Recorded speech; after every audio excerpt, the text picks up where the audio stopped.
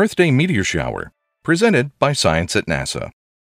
On April 22nd, millions of people around the world will gather together at festivals and other events to celebrate our beautiful blue planet. It's Earth Day, an occasion to pause, reflect, and talk about how to sustain a clean, healthy environment on Earth. This year, Earth Day will end with a meteor shower. On April 22nd and 23rd, Earth will pass through a stream of debris from Comet Thatcher, source of the annual Lyrids Meteor shower.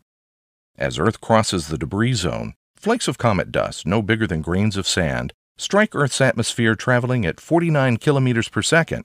That's about 110,000 miles per hour, and disintegrate as streaks of light. Typical Lyrids are about as bright as the stars of the Big Dipper.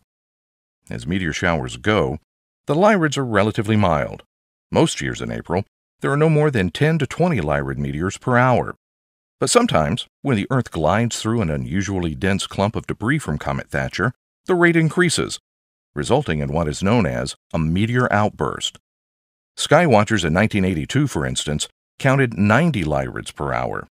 An even more impressive outburst was documented in 1803 by a journalist in Richmond, Virginia, who wrote, "Shooting stars were observed on Wednesday morning last at Richmond and its vicinity, in a manner that alarmed many and astonished every person that beheld it. From 1 until 3 in the morning, those starry meteors seemed to fall from every point of the heavens in such numbers as to resemble a shower of skyrockets." Another published report from the 19th century lists an observer as having counted 167 meteors in about 15 minutes, and could not then number them all. No such outburst is predicted for 2015, but then again, no outbursts were predicted on those previous occasions either. If you're up late, take a look. The best time to catch the shower is between about 11 p.m. on April 22nd and sunrise on April 23rd, in any time zone in the Northern Hemisphere. Observing tips: dress warmly. Bring a reclining chair or spread a thick blanket over a flat spot of the ground. Lie down and look up. Meteors can appear in any part of the sky, although their trails will tend to point back toward the constellation Lyra, from which the meteors get their name. The hours before dawn are best, because that is when Lyra is highest in the sky. Sometimes bright moonlight can spoil a meteor shower. That will not be the case on April 22nd.